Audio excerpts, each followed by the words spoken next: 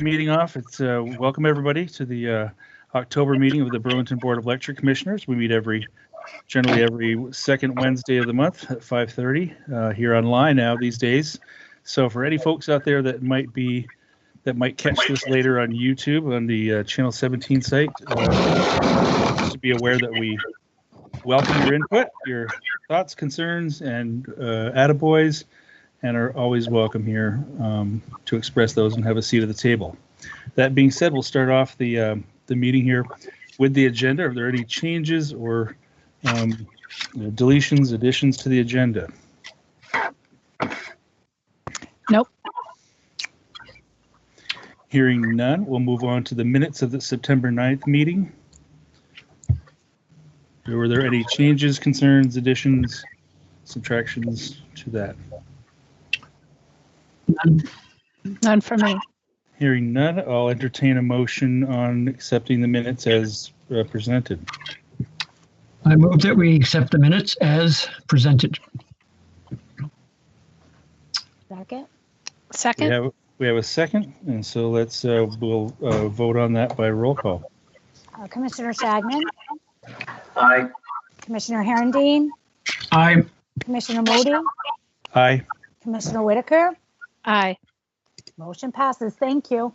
Thank you, folks. We'll pass the meeting. On to item number 3 will be the annual audit presentation from KPMG, and I'll let you folks take it away. Great.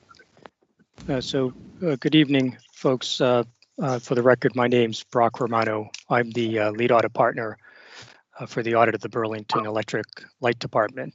Joining me is Heather Cooney. Heather, I think, is a more familiar face to some of the folks on present, as Heather has worked as the engagement manager for the past several years. So I can see that somebody is controlling the handout, which is excellent, because if you left it in my hands, we might have some challenges. So we've got a document that we have to kind of walk through some of the highlights. Andrew, just and or Darren, are you folks going to walk the commissioners through the draft financial statements? And do you want to do that prior to or after we make our presentation? Can everyone hear me? I'm getting a little bit of feedback.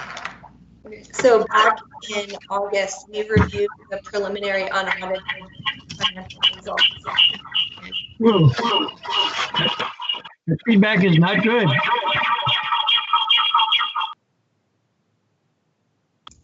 Can everyone hear me? Yes. So we are not going to walk through the financial statements today. We provided a review of the June or the FY20 financial statements, or the unaudited ones, back in August, provided an update back in September. So I will give an update of where the results stand now, but we're not going to do a formal walkthrough. Once the financial statements are issued, we'll provide the face of the financial statements to the commission and some metrics for next month's packet. But with that, I'll just give a quick update of the FY20 results. So where we were last month, we had a net loss of $1.2 million. And in last month's meeting, I mentioned that we had 2 open journal entries, one relating to OPEB and one relating to booking a regulatory asset, which we received an accounting order for, relating to capitalization. Both of those entries have since been recorded, and that lands us at a net loss of $972,000 for FY20.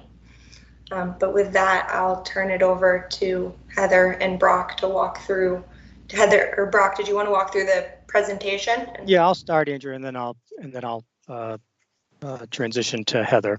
But so for the folks following online, just our handout. If Andrew, are you controlling the slides as well? If we could go to the next one, that'd be great. So again, we're going to have some high-level comments on our audit, highlight some of the significant focus areas of the audit, and then obviously would welcome any questions management and or the commissioners have.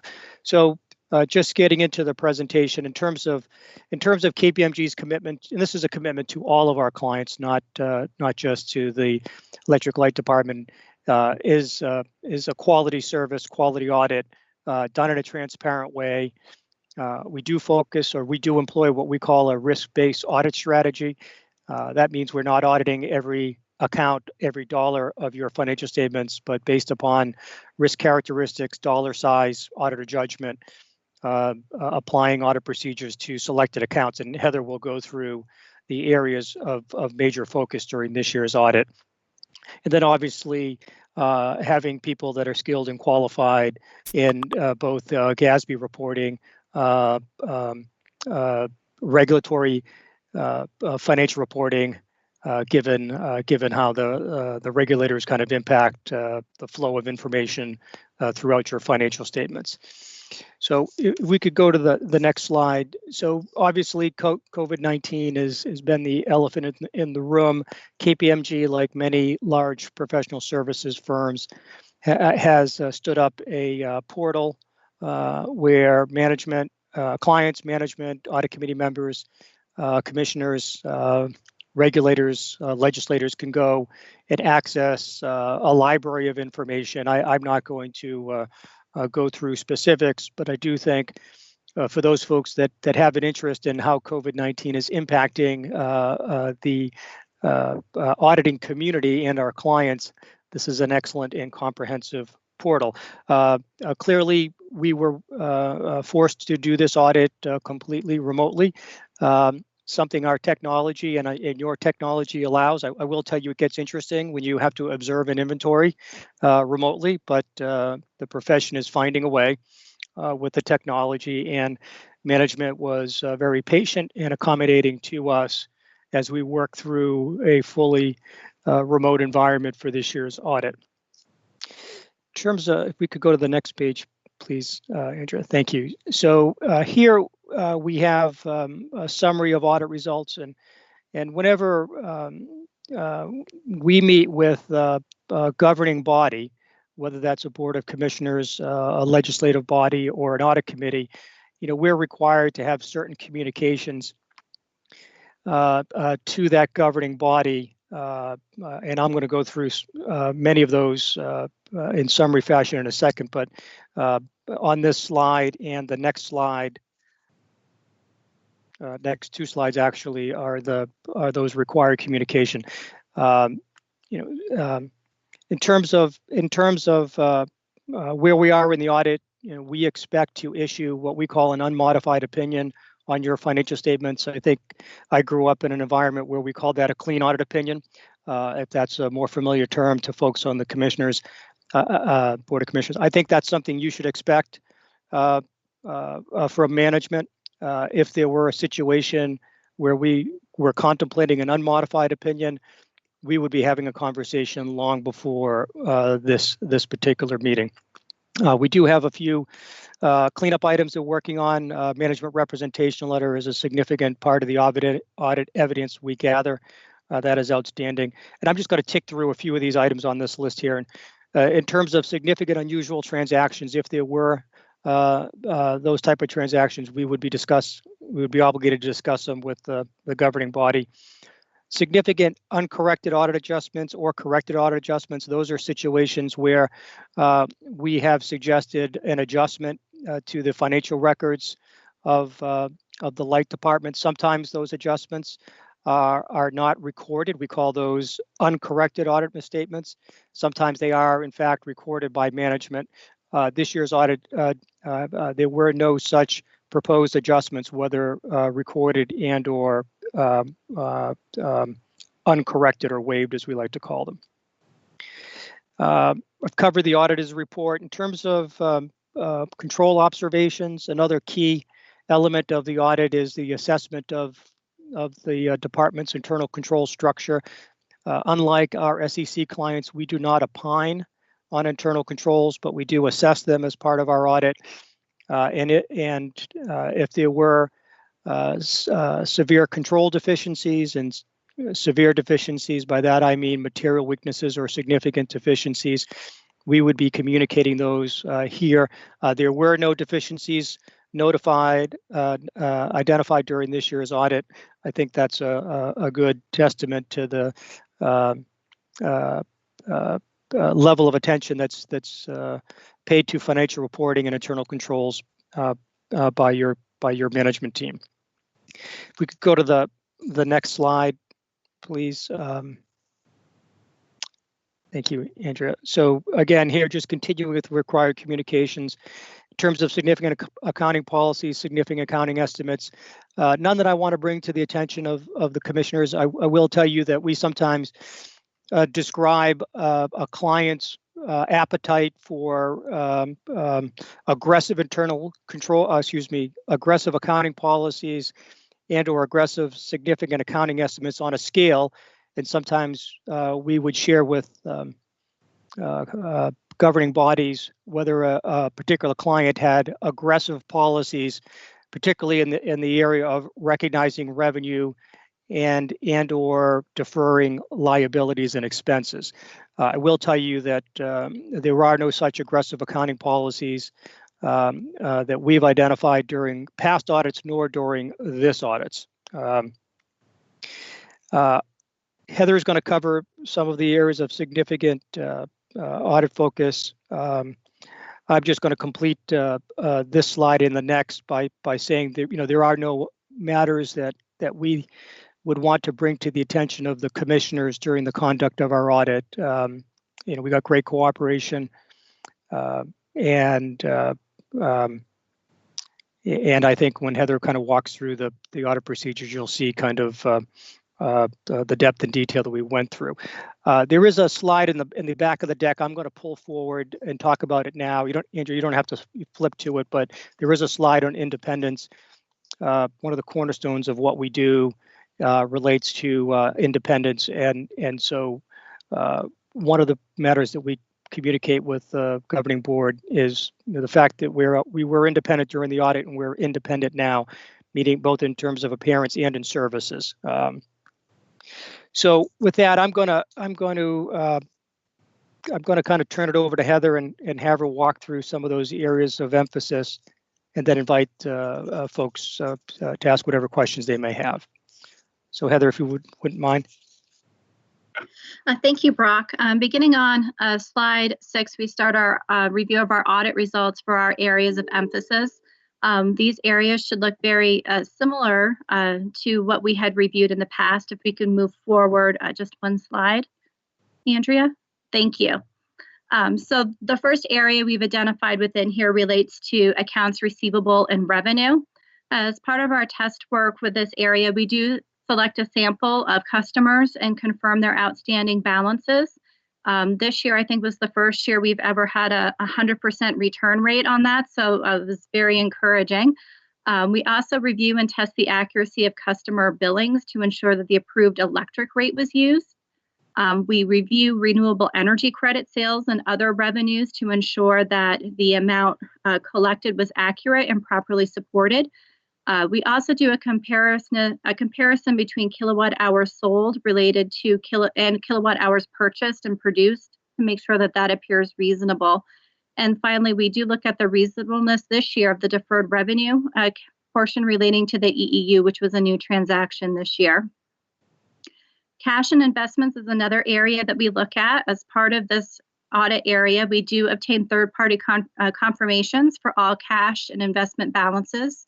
This would include confirmation of the balances relating to Transco and Velco investments and the related dividends received. We did want to highlight that these investments are carried at cost, and we review the financial statements to ensure that the financial statements contain an accurate presentation, as well as the appropriate disclosures have been included relating to cash and investments. Utility plant and service is the next area. For utility plant and service, we do obtain a roll forward looking at additions, material additions and deletions that took place during the year. And we select a sample of those material additions to ensure that they're properly supported and should have been capitalized. We look at the associated depreciation expense, and we look as far as the outstanding debt is concerned. We do also obtain confirmations for all debt, and those estimations would include not just the outstanding bonds, but as well as any letters or lines of credits. We review the department's compliance with financial debt covenants. And similarly, with the other areas, we look at the overall presentation and disclosures of debt within the financial statements. Expenses and inventory. We do perform a test of details related to payroll expense, and we also test the existence and accuracy of operating expenses through test of details, including purchase power expenses, which is a significant line item on the financial statements. As Brock had mentioned, we do perform an inventory observation, which was unusual this year because it was fully remote, and definitely want to add my thanks to the department for working with us on that. I think it was the first inventory observation that our office here in Burlington had done remotely, so I think it went pretty smoothly, so thank you. And in relation to the wood chip inventory, we also look at the reasonableness of the consumption and purchase of wood chips throughout the year. On the next slide, if you can move forward one, thank you. Pension and post-retirement benefit plans is the next area. So we do involve a KPMG actuary who does review the actuarial report for the pension plan to ensure that the plan assumptions and the liability of the plan appear reasonable. And we test pension contributions as well as the post-employment contributions. And when you review the financial statements, you'll note that the disclosures for both of these areas are quite significant. So we do review the disclosure requirements and ensure that the information has properly been disclosed within the financial statements and agree to the actuarial reports for both the pension and the post-retirement plan report. And then finally, the other areas of emphasis, as we've said throughout each of these areas, we do perform a detailed review of the financial statements and the notes to ensure that they do conform with GAAP as well as other industry practices. We also reach out to the attorneys in which the department has utilized during the year to obtain legal letters to ensure that there aren't any potential assessments or claims, judgments against the department that should be disclosed or accrued for within the financial statements. We review other disclosures and commitments and contingencies, as well as discuss with management subsequent events to determine if there are additional items that should be disclosed within the statements. And finally, we will be obtaining a management representation letter once all of our procedures are performed and prior to the issuance of the audit. So I think that walks us through the areas of emphasis. Does anyone have any questions on those areas? Nope. Crystal clear to me. Thank you. I think that ends my portion of the prepared remarks. Yeah, I think, Heather, thank you. So if there's any questions, happy to answer them.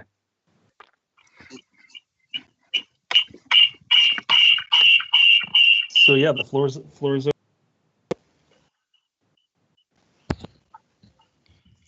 Wish I could make an audit more exciting, but the optimal answer when you talk to accountants and I think attorneys is if it's boring, it's a good meeting. If it's exciting, trust me, I've been in meetings with governing bodies where accounting gets exciting and it's typically not good news. So. Well, let me ask you one question. Whoa.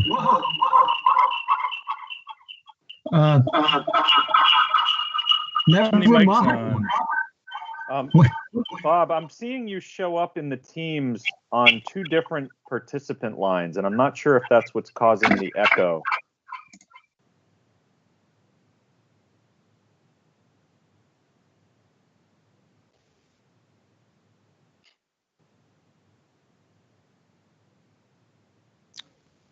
And he disappeared. We'll wait. We'll hang out.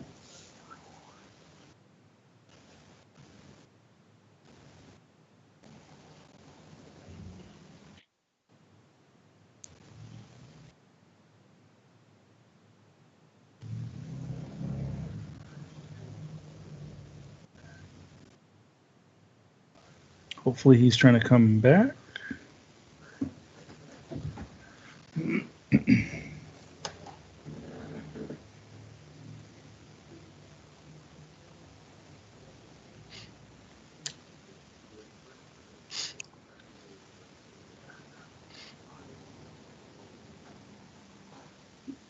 we have any idea if he's coming back, Lori, or how, if he's still connected or?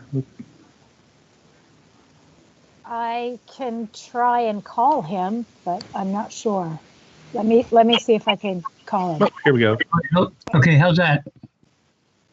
How is that? Much better. better.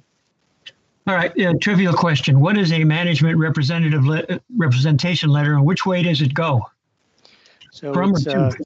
excellent question. So that is a letter signed by senior members of management that's provided to us, the auditors, KPMG.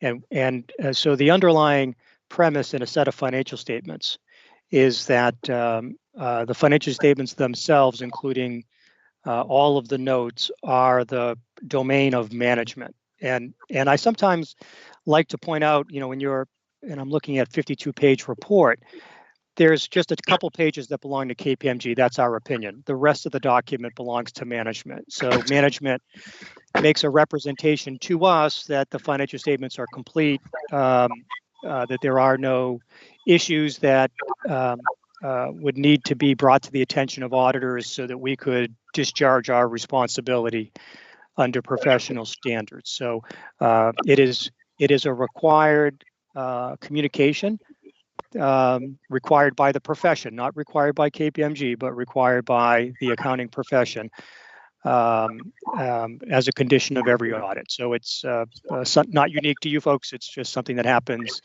in the normal course of business between management and accounting firm. Thank you.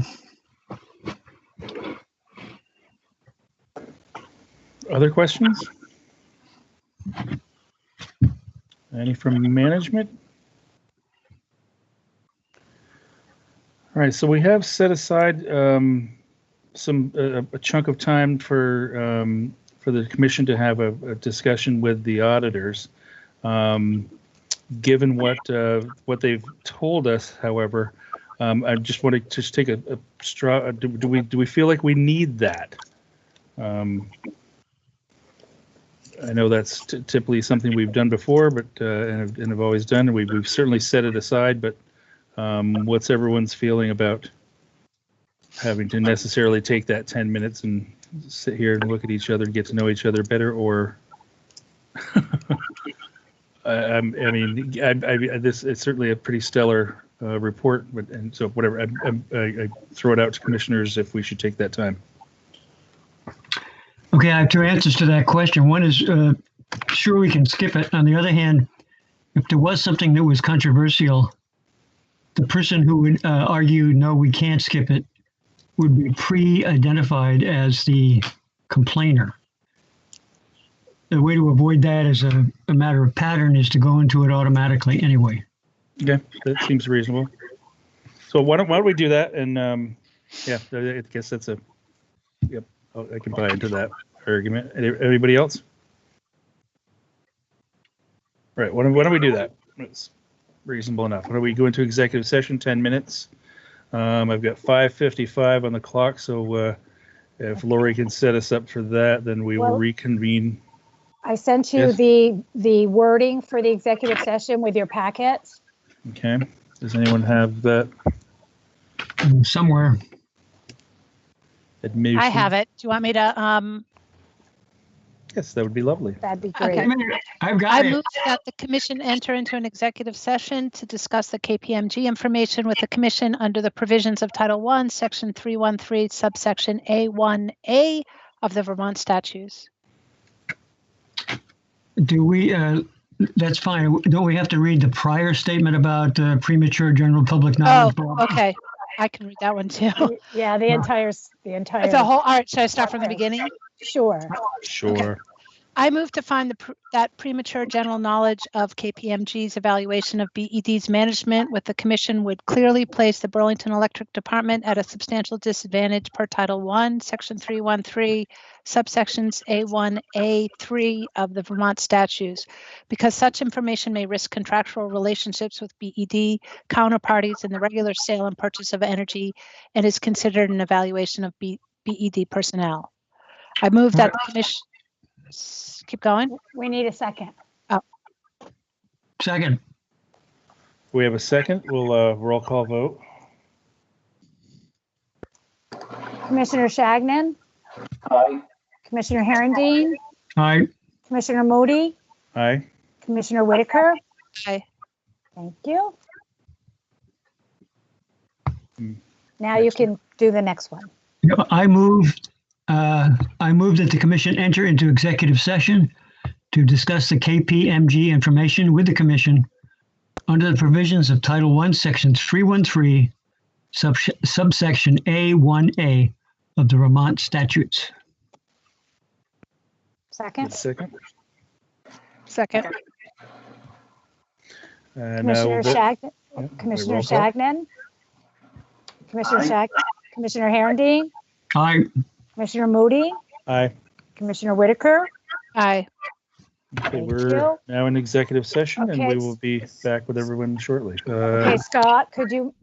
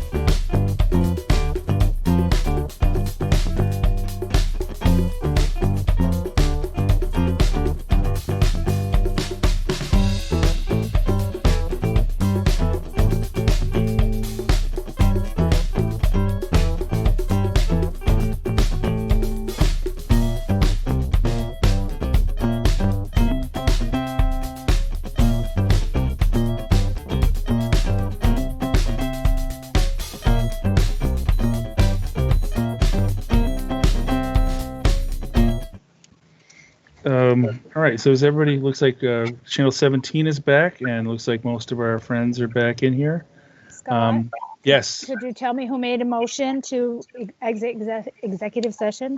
Bob made the motion. Bethany seconded Okay, with a unanimous aye at the end of that. so we'd say it's probably 6:06. Okay, thank Sure. you. So now that we're back in public session, I would entertain a motion to accept the audit.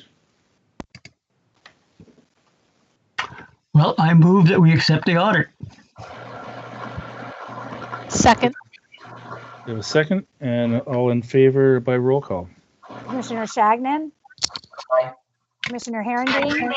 Aye. Commissioner Moody? Aye. Commissioner Whitaker? Aye. Motion passes. Thank you. Thank you Thank guys you. again, PPMG. Thank you very much. Thank you so much. Appreciate it. Enjoy your Appreciate Thank all you your so help. much. Bye-bye. Bye-bye. Thank you. All right, we'll move on to the next item on the agenda, which is the public forum. Do we have anybody here? I'm guessing not. No, there's no one from the public. But again, for the sake of folks that are going to hopefully watch this on YouTube at some point on channel 17, we are your electric commission in Burlington. We meet every Wednesday at every second Wednesday of the month, 5:30 here online, and hopefully eventually back at 585 Pine. We welcome your comments, your concerns, your attaboys. Bring it on. We'd love to have you. There's always a seat at the table. Moving on. Commissioner's Corner. This is the part of the meeting where commissioners have an opportunity to present issues, questions, things, happenings over the last month. Just kind of an open, what's up? The floor is open. This is Bob. I'd like to thank James and Gabrielle, who's not here tonight, for good reason. We had a threesome discussion of the financial report on McNeil. I raised questions about that. I'm satisfied with what we discussed, and I just want to extend my thanks for that.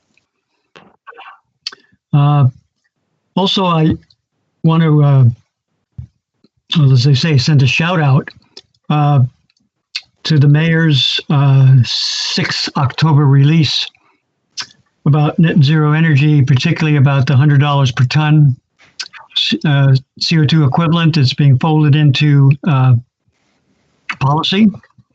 I also took another look at the PowerPoint. I think it might have been from July, but maybe it's been updated. Anyway, I thought it was great. I guess I never looked carefully enough at it. It's really powerful. I even sent it to some people in Montana who work in the energy business. It's great. So hats off for that. Now I'll point out that the logo still has no human being in it, and I want to hope that we'll change that. It's got wind towers and solar panels and bicycles and electric cars and all that, but no people. We talked about that last time too. I think that's about it. Okay, small point. Actually, I'll make my small technical point in an email to everybody. It's about units again, my favorite topic. So that's it. Thank you.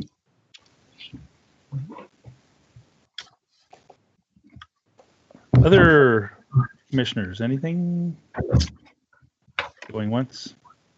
Going twice? No, I'll just say I did like Bob's point about no people, and I just brought up the webpage. Yeah, it's a good point.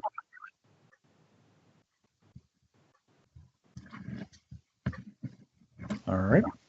Thank you, guys. We'll move on to item number 6, which is the general manager update. Darren Springer.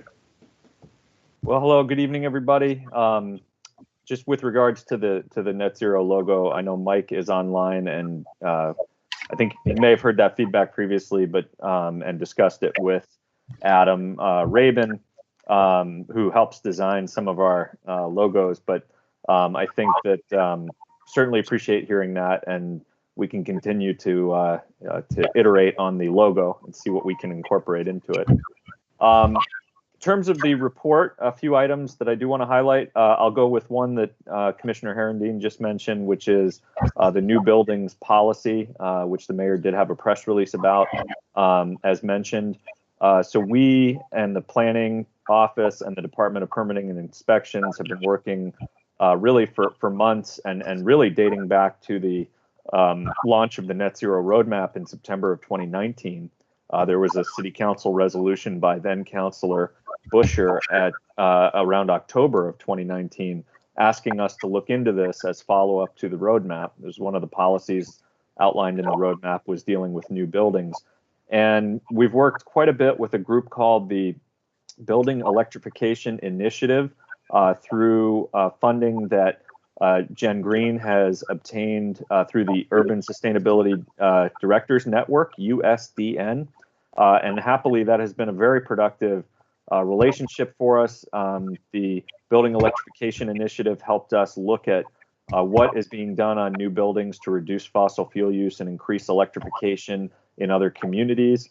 We held a public meeting on this topic back in July, and we have now submitted to the City Council a proposal, a policy proposal that basically says that if you are building a new building, you would have a couple options. One would be that you completely use electrification and efficiency and renewable fuels and you don't connect to fossil fuel infrastructure, and that's kind of option A.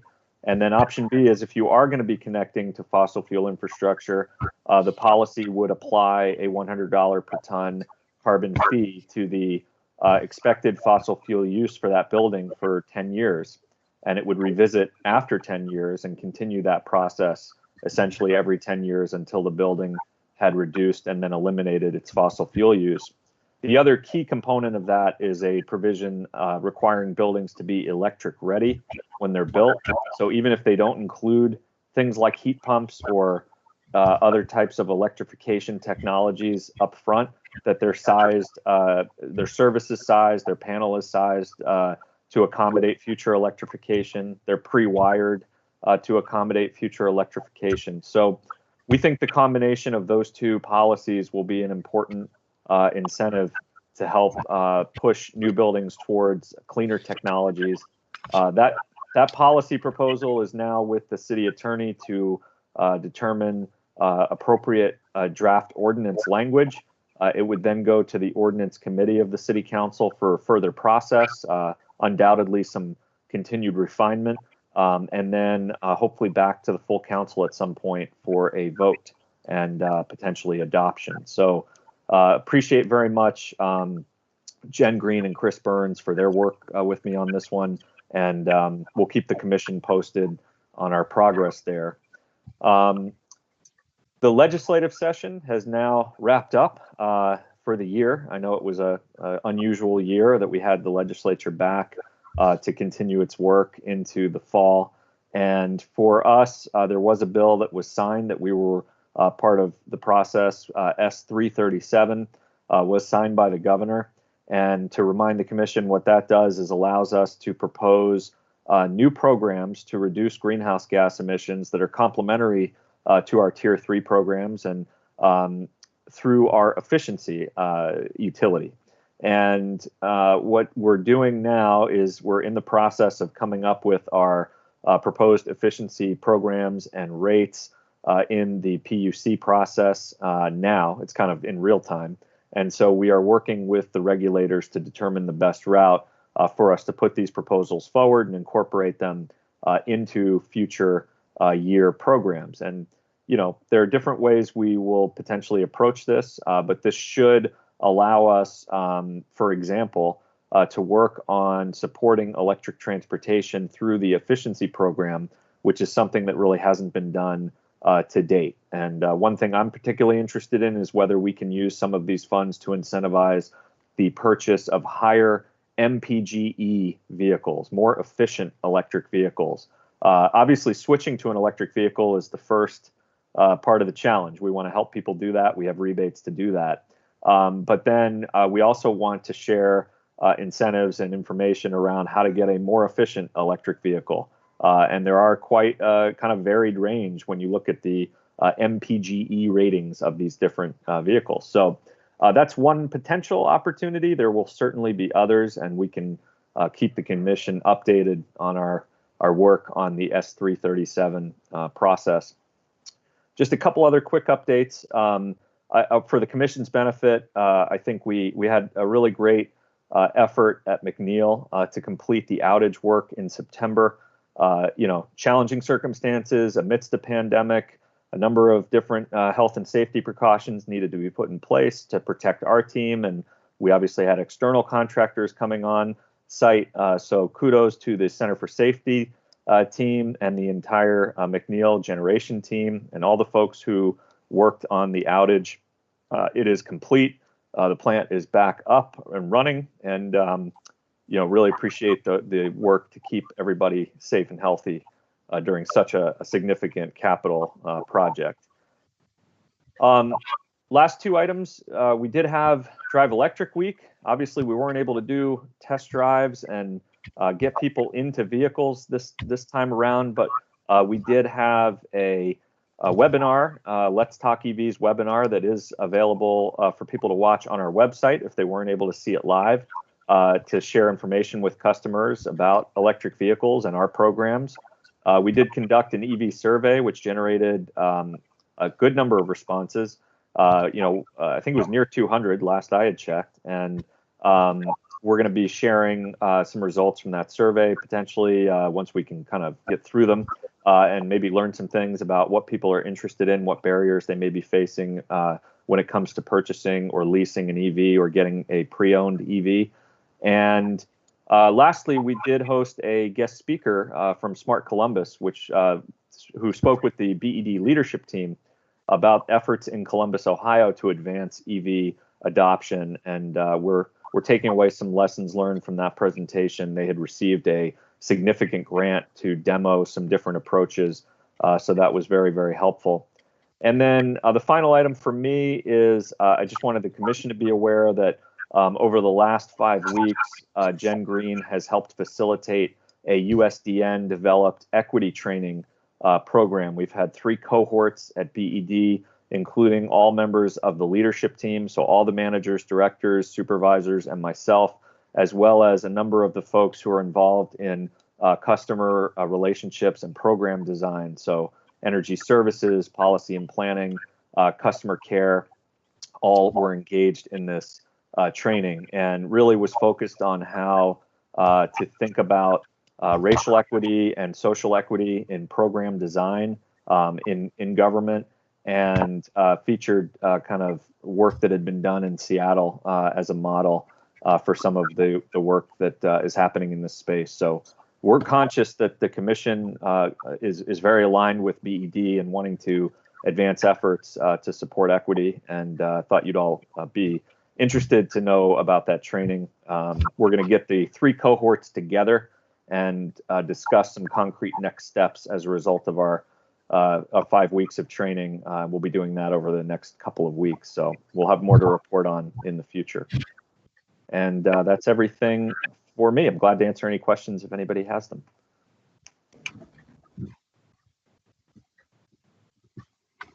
Yeah, just let me add, whoops, yeah. I can do this number myself, but I'll ask.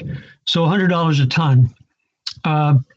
These days, how much would that add on to, say, a gas bill?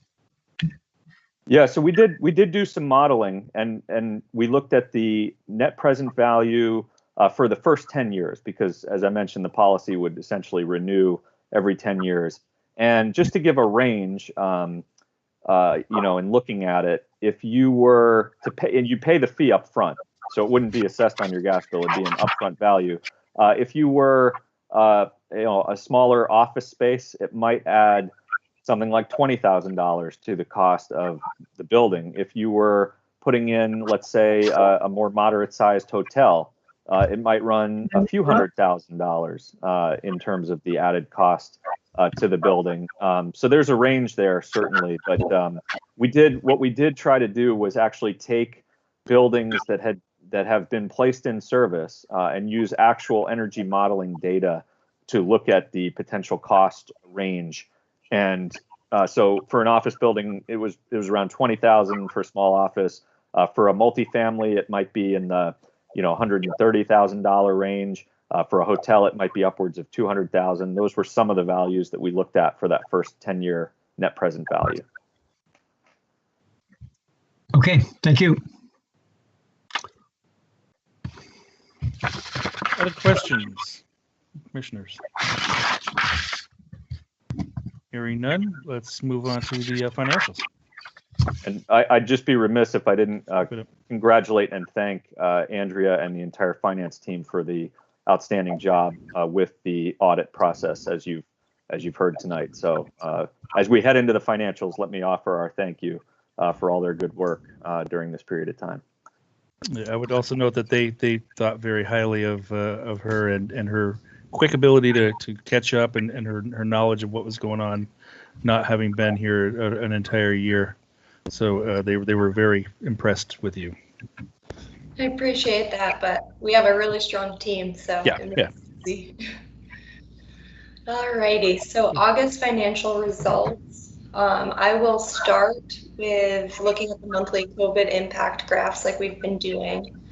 Looking at August, residential usage due to COVID was up 11.4%, while commercial was down 6.3%, resulting in a net down of 1.5%. And you'll see this translate into the financials because you see next to no budget versus actual variance when we're looking at total net sales. As we look into September, you can see that residential came down quite a bit, now back in normal ranges, especially primarily due to the cooling season being behind us.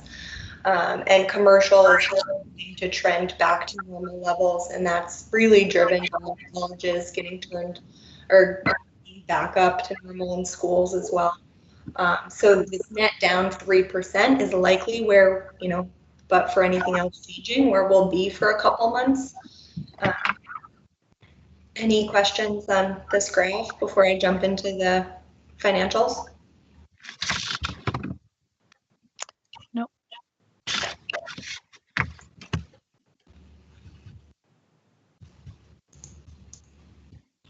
So for the month of August, we came in net income of 2.3 million, which is 400K better than budget, which is good news. I'll start at the top and work my way down. As we just saw on that last graph, sales to customers, basically no variance, because while residential was up, commercial was down, netting to next to nothing. We likely will see an unfavorable variance in September, but we'll see.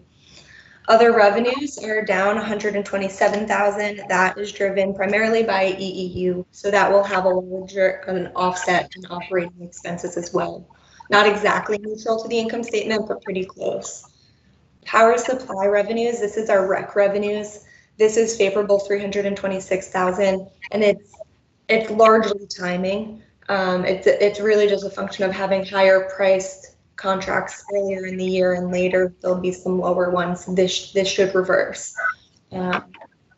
Power supply expenses are favorable 164,000. This is driven by lower fuel costs of 66K. So McNeil production was under budget by 14%, and this was offset by the GT having higher production due to some testing. I will note that McNeil year to date is within 2% of budgeted production.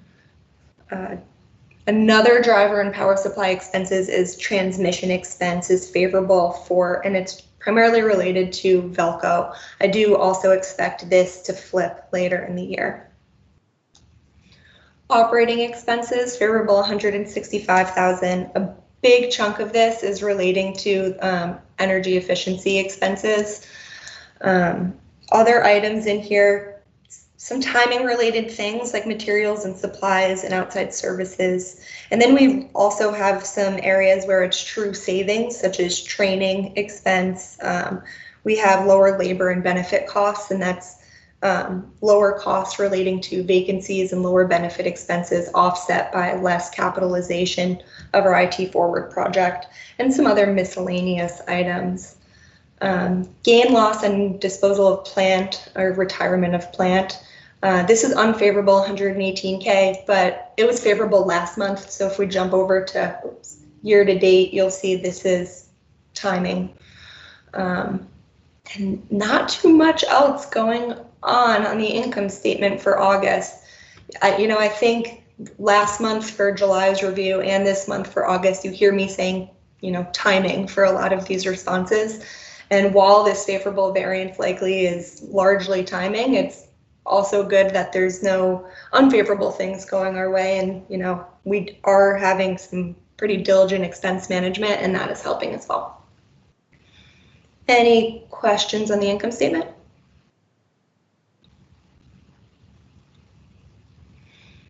Jumping to capital spend. So full year budget of 7.9 million, budgeted year to date 1.7, and actual spend of about 600 or 550K. So still below budget. Last month, so for July actuals, we were down about $1 million, still down about $1.1 million. We do expect most of this to be timing, largely related to production and our general, which is going to be IT forward timing of spend, as well as our data center upgrade. So we are still expecting to, be close to the 7.9 million as we round out the year.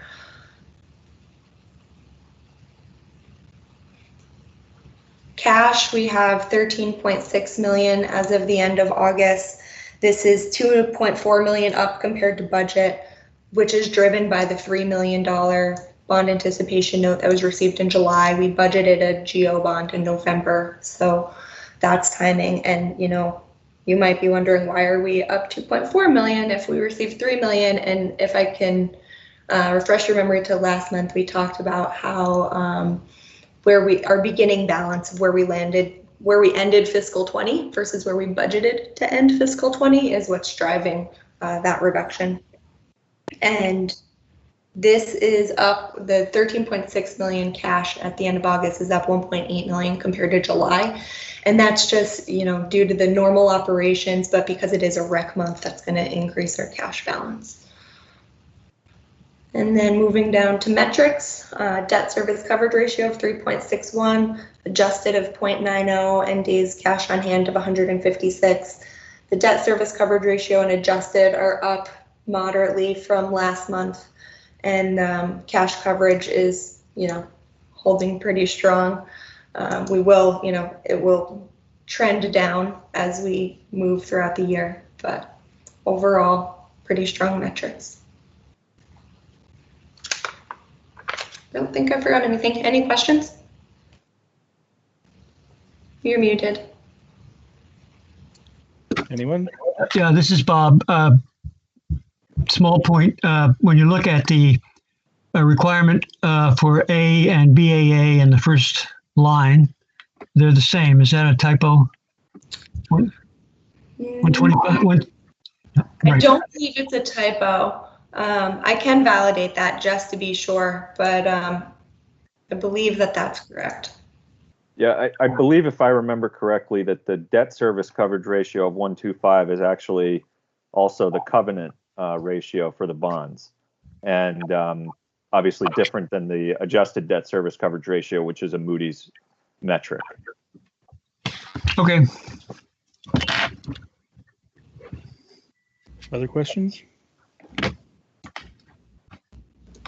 All righty. Thank you, Andrea. Yep. We'll go on to item number 7, which is the IRP presentation, and we'll hand the floor over to James Gibbons. So give me just 1 second to figure my muting, unmuting, screen sharing, and get this all working. So I'm going to try to share a PowerPoint again, and hopefully that will work.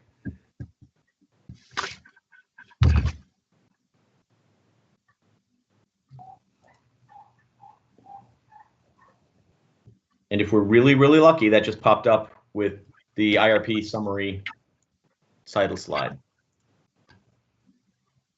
Did it? Yep. Okay. I'm going to try now doing it as a slideshow from the beginning.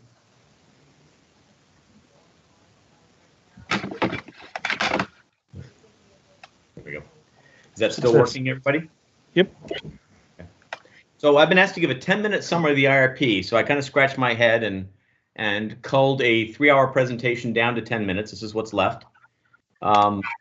Going to quickly touch base on the timeline. The IRP was filed with the PUC in September.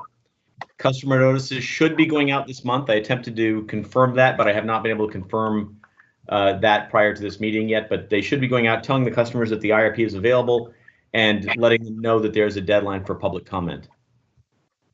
Comments would be received into November, and then we would start moving into data requests from the regulators, stipulations, MOUs, public hearings, probably in the month of December.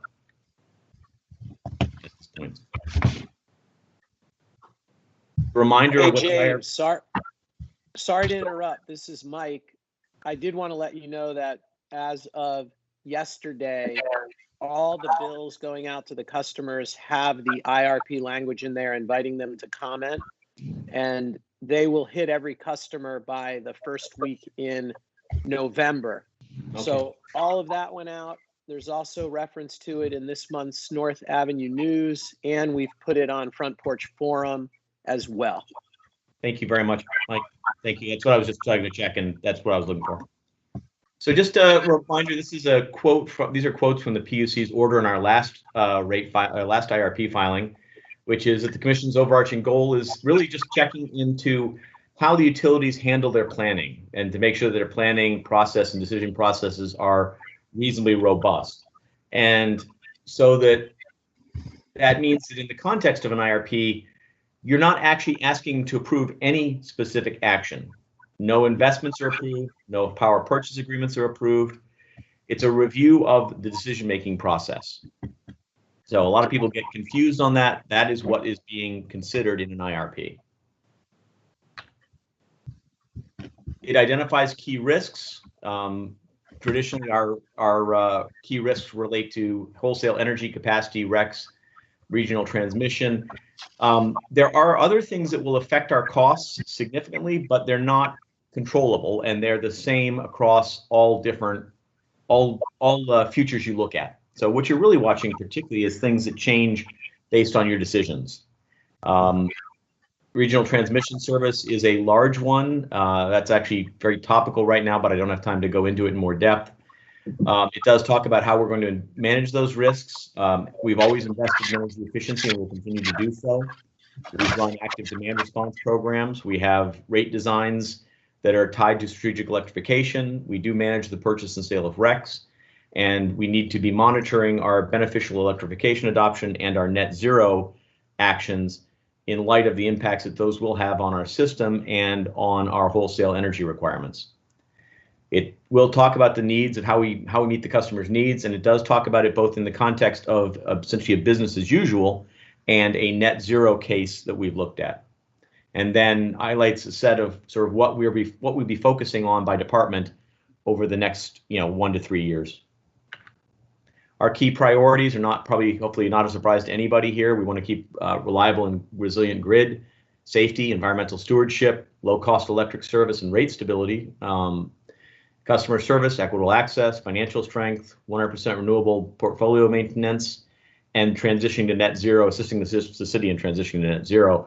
Those are really our key priorities. And with the last one being a heavy focus on this round's IRP. The IRP chapters are structured around an executive summary, an introduction, a demand for electricity, which is essentially a load forecast, what we have for resources committed today to meet that load forecast, the status of our existing transmission distribution system in terms of its ability to handle those loads, what we are offering for comprehensive energy services, an assessment of what kind of rate pressure we have and over time, and I'll describe rate pressure in a later slide in a little more detail, how we evaluate decisions, and then there was a separate chapter at the request of the DPS really on net zero roadmap implications and at least evaluating the first stages of strategic electrification in quantitative terms. Just quickly, this is a major piece of every IRP, which is sort of your energy supply portfolio. The dotted line is our forecast. That is a business as usual forecast. That is not a strategic electrification load forecast at this point. We are well supplied with energy under normal years for the next 2 to 3 years. Though I will say that this year has been a challenging year both for wind resources and for hydro resources, not just with the Winooski 1, but actually hydro has been bad enough to impact the Connecticut River output as well. BED will be seeking additional renewable energy as needed, and preferably we will try to retain Vermont-based resources wherever possible. Our capacity obligation is if energy is one part of the major equation, capacity is the other part. Energy is the power, the electricity that drives motors. I'm going to try to be careful with terminology here, Bob. That drives motors, that lights lights, things like that does productive work. But we also have an obligation to meet our peak load, which is met with what's called capacity. And that is the capability of a generator to produce power at critical times. We are normally short of capacity. We normally do not have capacity sufficient to meet our obligation. Our obligation is roughly a little over 80 megawatts. That is based on a 65 megawatt peak load, plus some reserves for contingencies and unexpected events, such as transmission line outages, major unit outages in New England. All utilities have a reserve margin added on top of their peak load. Our two primary resources are, not surprisingly, the BED gas turbine and McNeil. Our wind resources are not primary producers of capacity because they're not able to produce capacity reliably when called upon or on demand. The Hydro-Quebec contract does not provide any capacity, even though it provides a significant amount of our energy. That's just a contractual term of it. At the time they were putting that contract in place, it was unclear how you would import capacity into this market. However, the capacity prices, which is what we pay for the shortfall, have been basically collapsing in New England for the last 5 years. And we know those prices for the next 3 years looking forward, and they just keep going down year on year. So right now, that capacity short position is not causing us any particular problem. Power supply at 102 megawatt. I'm sorry, this slide got slipped in a little bit earlier than I wanted. So the 102.8 megawatt load level is the first stages of strategic electrification that we chose to look at.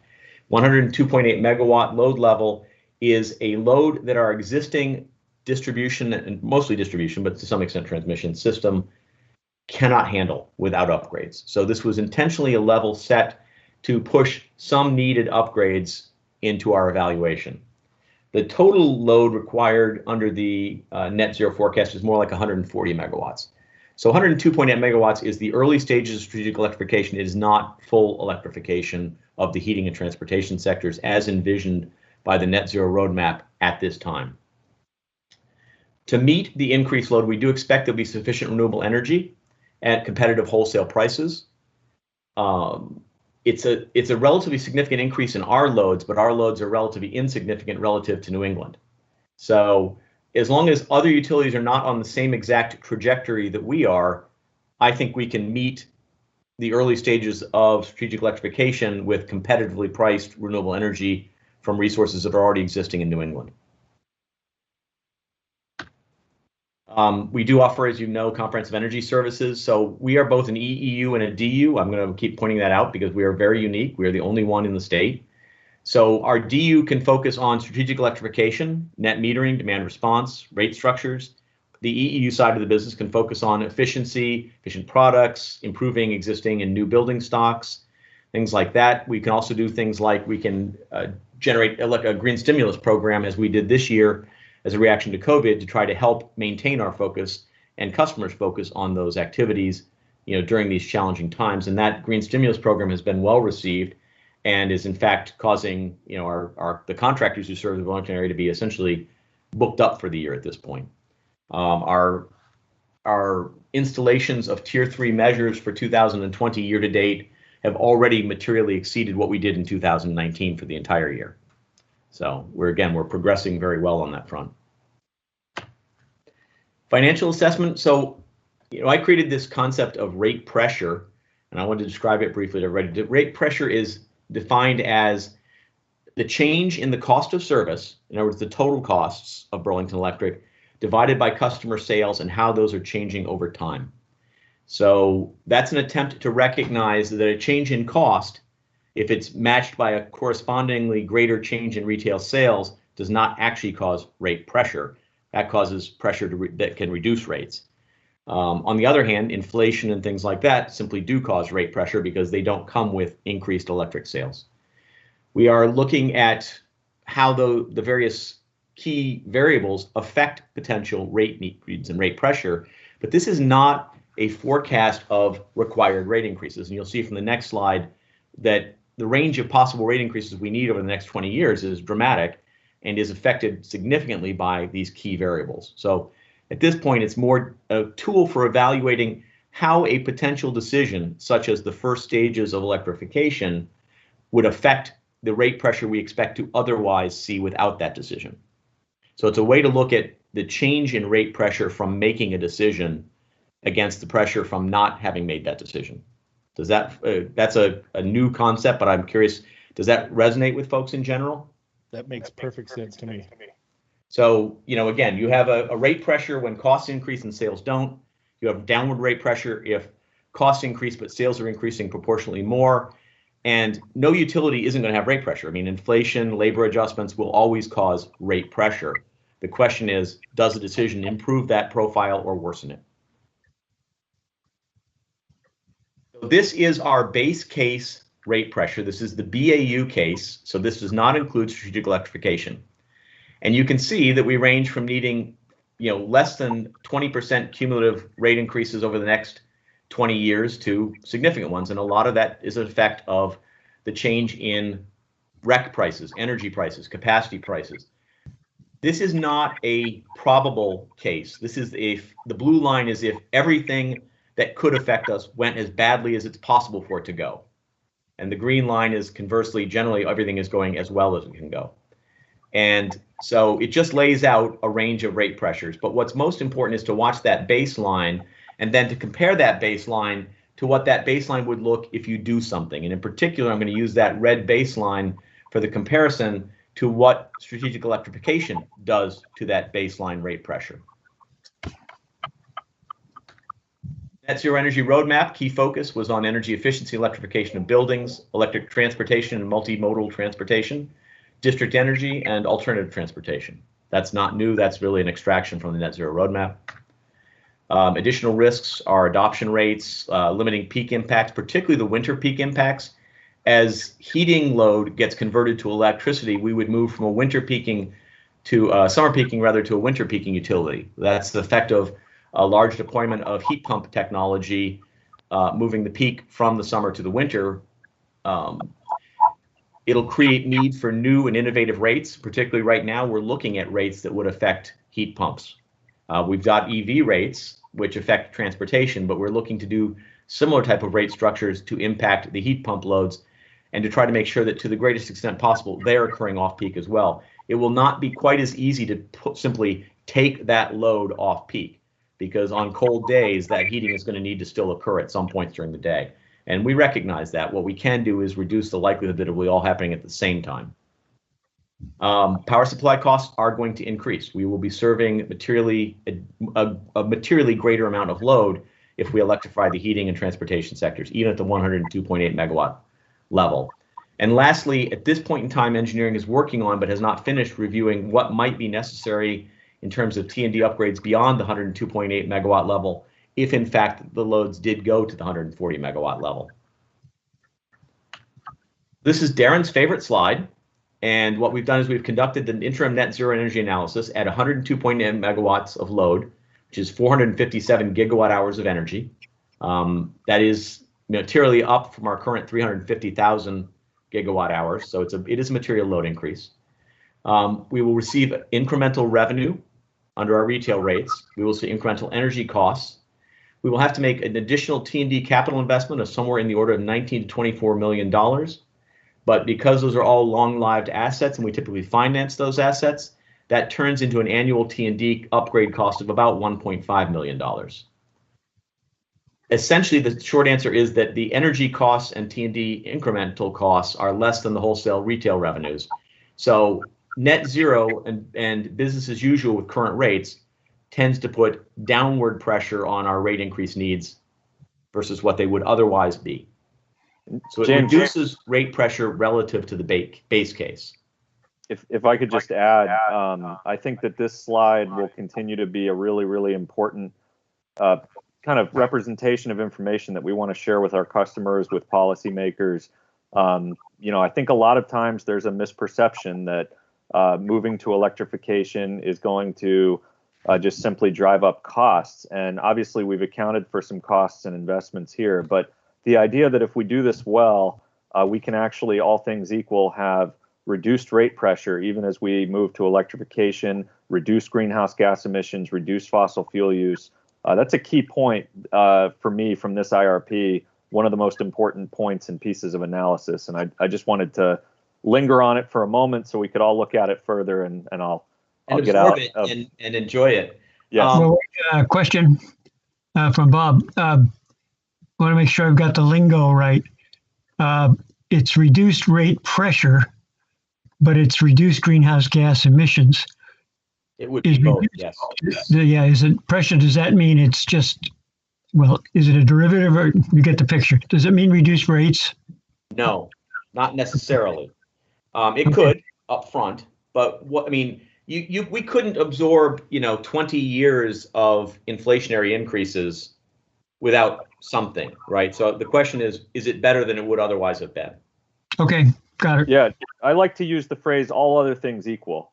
Other things equal scenario with net zero would have lower rates than the scenario without it. Okay.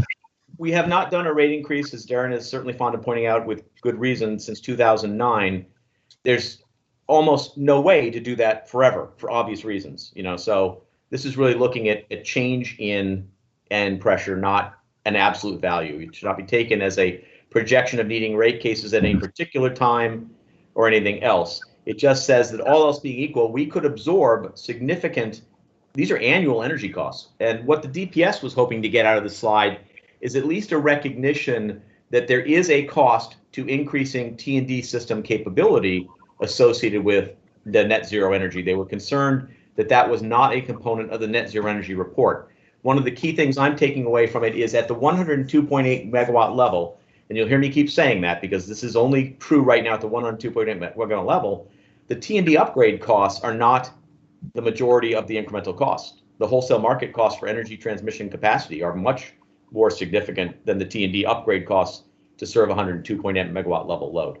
It will be interesting to see if that relationship continues as you ratchet load up higher and higher towards 140 megawatts, but it certainly indicates that the front end of the net zero roadmap should not pose any problems to us. Okay, you're using the MM to mean a million, I guess. I will say that I believe my staff meant that, yes. All right, okay. It's one of my minor complaints.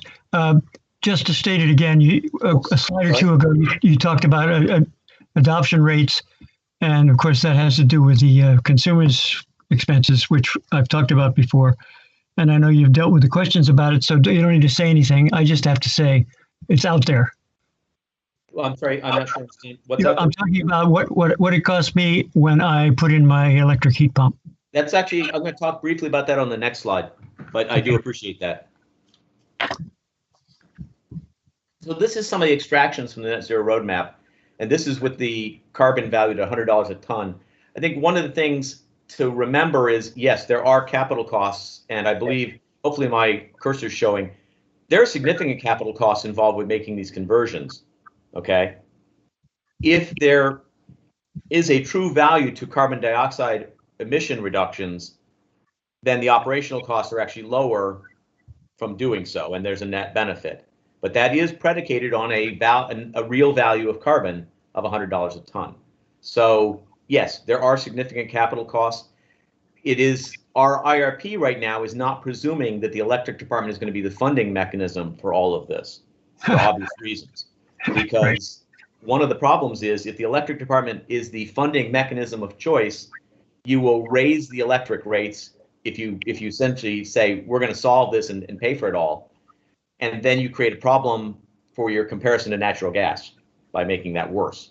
So really what you need is the electric utility can be involved. This assumes we are paying some of the costs of conversion and things like this, but it is not assuming that the electric department is funding the full capital cost of this by any stretch of the imagination. Sure, but that's a dance we've been doing for 30, 40 years about energy services. We do a little of it, but we're not going to do it all. Right, you do enough to make it occur. Yeah, okay. So we're counting on, supportive local policy. This says federal and state, but I would also obviously say with Darren's announcement about, some of the proposals at the city level, those can happen locally, obviously, as well. They may happen locally much quicker than they happen at the federal level, I suspect, and at the state level. It does assume that our adoption rates will pick up, because Tier 3, which is like a piece of net zero, will not meet the net zero requirements. Tier 3 is not big enough to do that. It's a fraction of them. So that is just a qualifier. I agree with you, Bob, that there is going to be investment required, and it is can't be all electric utility investment. So just this last subject is a summation of some of the priorities by department. I throw this up because it's some of the stuff we're going to be working on. Hopefully none of it's surprising to our electric commission. We'll continue on the distribution and upgrades with capital replacements. We'll continue to advance city goals on net zero energy any place we can and help there any way we can.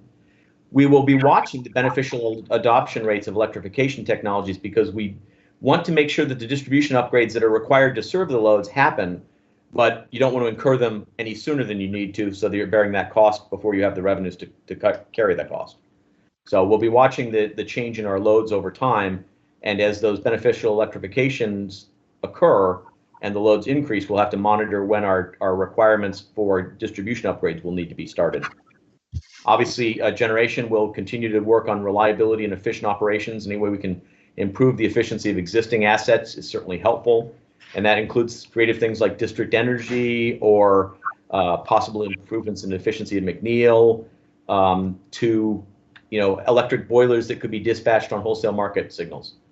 Obviously, power supply is going to maintain 100% renewability. That's critical for a couple of reasons, because our renewability exempts us from parts of Tier 2 and creates a higher value for us for the Tier 3 measures we undertake. So that has value in multiple ways for BED to maintain that 100% renewability. We're going to continue to look for new and innovative rates, and we are still working on those. We do continue to look at energy storage technologies, but I would note that the falling capacity prices are not helpful to energy storage, and some of those discussions I mentioned about possibly adding generation back into load are not friendly to storage right now. So there's a big unknown on the storage side right now. Energy services continue to be providing services according to the demand resource plan, acquiring all cost-effective it's been a long day, sorry guys. All cost-effective energy efficiency. Customer care and engagement will continue to respond to any of these questions for assistance. Monitor our financial performance, complete the conversion of core IS functions, enhance our cybersecurity, and continue our safety and risk management activities. So hopefully none of those things are going to be surprising to you in those last two slides. The real focus was on trying to characterize the early stages of the net zero. We don't have any instant needs to go out and buy another energy contract for several years. We can't economically do much on the capacity front. We're watching, the strategic electrification, and we need to understand what it's going to do to us if it happens, and net zero.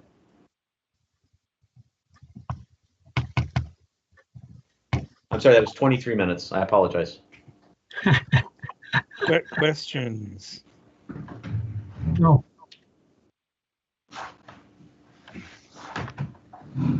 Anyone? You should have seen it before I cut it. Yeah, I think that was a great presentation. I super interesting and helpful.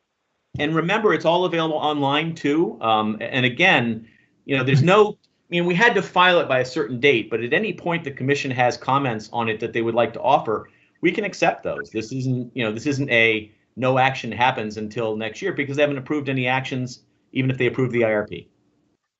So, we can take in comments, considerations, and we can use them the next time we need to make a decision that requires this level of rigor. Yeah, I appreciate that. I'll try to take a closer look. Great. Any other questions from commissioners? All right, thank you, James. That was very informative. Thank you all. Yeah, thank you very much. We'll move on to number 8 on our agenda, which is commissioners check-in. Just a chance for a last opportunity to speak up, say something, bring something up. The floor is open.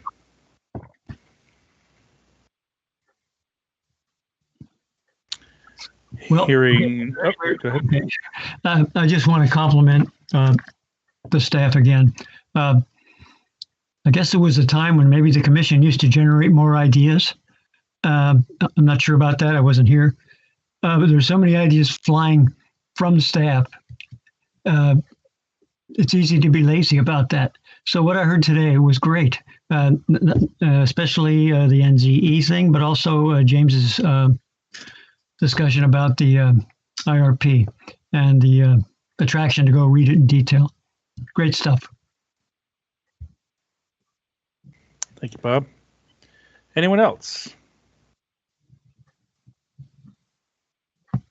Hearing none, I'll entertain a motion to adjourn. I move that we adjourn. Second. And I'll take a roll call vote. Commissioner Shagnon, Aye.